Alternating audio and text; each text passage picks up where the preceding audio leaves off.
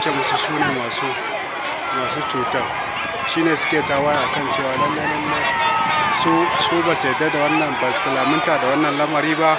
Yanzu haka ihun da ake, gwamnatin jihar ne ta zo da jama'anta akan ta zo ta tabbatar da abin da jama'an gari suke faɗa da sauran garuruwa wanda suke faɗa akan lallai suna so su tabbatar cewa hakan ya faru da gaske ne ko bai faru ba. A gaskiya gwamnatin Najeriya tana cutar da talakokinta ne game da wannan cutan. Ba lallai bane wanda ake cewa suna da adadin yawan cutar nan suna da shi, ba lallai bane suna da ita. Kawai dai gwamnati tana cutan al'umma ne, take kafa hujjar da cewa suna da wannan cutan, alhali kuma masu cutan babu ita, kuma duka zargi ake, ba gwamnati ba ta tabbatar ba.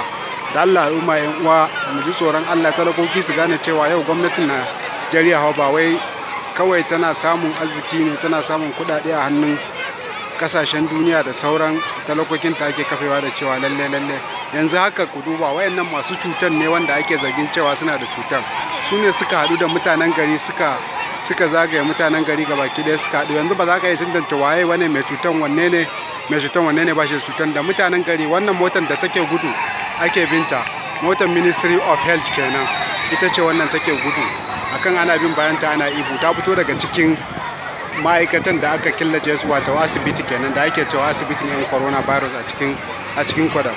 To da Allah jama'a, duk wanda ya samu wannan sako ya tabbatar wa duniya cewa da sauran al'umma na jihohin mu na Najeriya, tabbatar ya nuna wannan ba dan coronavirus wato covid-19, babu abin nan.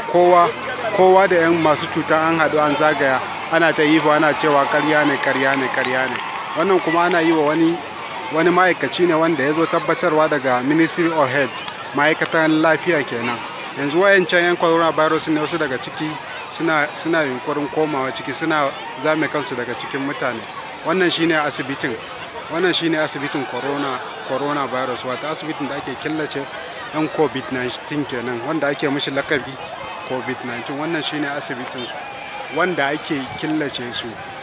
Da Allah jama'a ku gani, su ne duk sun yi tawaye, sun bude ciki, sun fito waje, sun zo bakin titi abin nan. Wannan shine asibitin da gwamnatin Gombe ta gina, ta gyara musu shi, dama a gine ke gyara shi aka yi.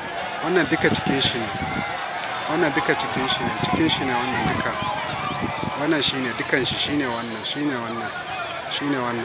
To jama'a, godiya nake, mu huta lafiya, sha ruwa lafiya, mutanen Najeriya gabaki ɗaya da sauran garuruwan da suka